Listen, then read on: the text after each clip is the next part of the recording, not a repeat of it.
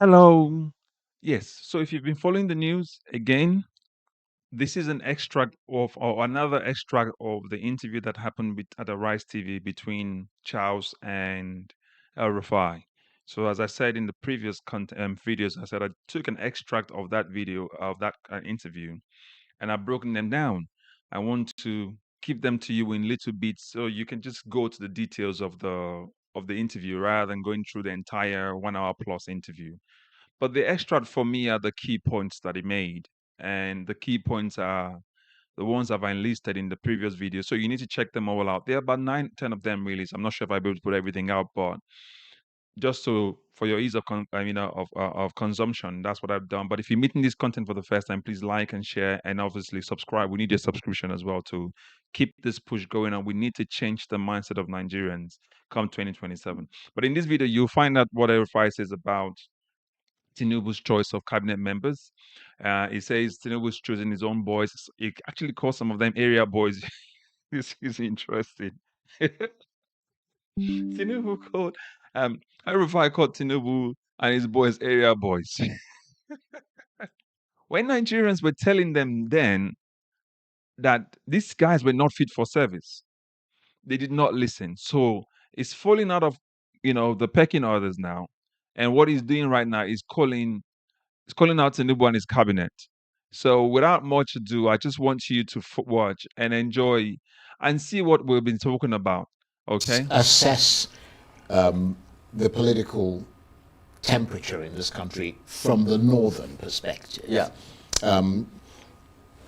We've read many times, we've had people sit where you're sitting from the north, the Northern League, different people from the north who express dissatisfaction with President Tinubu, particularly over appointments. Yeah. What is your position on that? I agree with them. I think that President Tinubu's appointments are quite imbalanced. But unlike others that think, oh, the appointments are skewed towards Southwest, no. Please, don't blame the Southwest for what one individual is doing. Okay? As a Northerner and someone that lived half of his life under military rule, we have suffered that.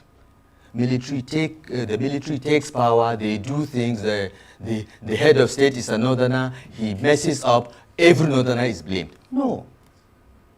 Yorubas are very honorable people.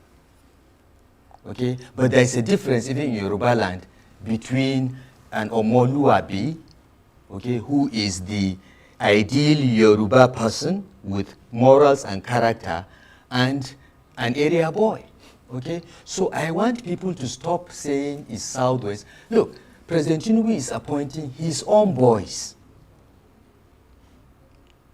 Not because they are Yoruba, but because they are his own boys. And most of the appointments do not even reasonably cover the Southwest. Okay, so people should stop confusing the two. The appointments are not balanced. Yes, definitely. Definitely. Right. You cannot argue that. But it's not a Yoruba thing. Please don't punish the Yorubas as you have been punishing Northerners for the sins of the military. Okay? Let's focus on individuals and hold them accountable. President Tinubu needs to do something about that.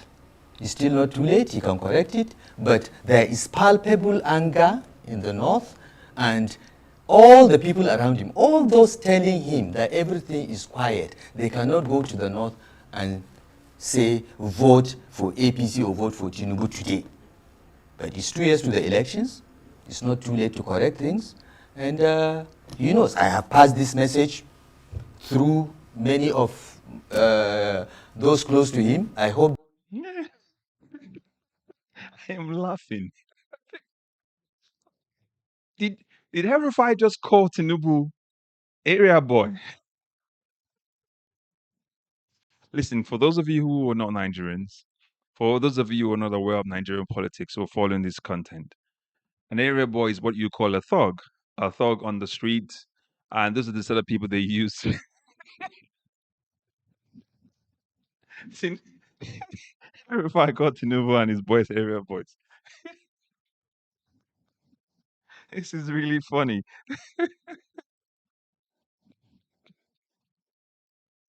Oh Jesus, this is really really funny. If I called Tinubu area boy.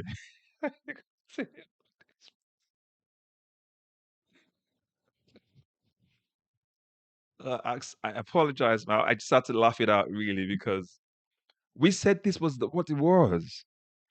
We've called the APC an area boys people's congress for so long because you can see the way they've operated in Nigeria. You know, they took the disruption of PDP to another level higher, and you might not really understand if you're not Nigerian. But the reason why we're addressing all of these things is that if Nigeria can be fixed, Africa, the rest of Africa will take the same direction. And as a matter of fact, the entire black race around the world is waiting for the most populous black nation in the world to be fixed. And I can guarantee you, if Nigeria gets its act together, the rest of the world will take note. I'm telling you, it's all this waiting for. And that's the reason why we've been clamoring for the right leaders. There are a few things he raised. Let's start with this one. El-Rufai says there's palpable anger in the north. Says the anger in the north are quite palpable. Let me put this first of all in the right context. When politicians use the north, it's different from the northerners and the political elite. When they say this anger in the north is quite palpable, they're talking about their political elite who don't give a, they don't care about the people in the north. They're talking about themselves being in power, being in control. That's what they're talking about. Okay? So that's one point El-Rufai raised. The next one, it says, I think Tinubu's appointment are quite imbalanced. It is obvious.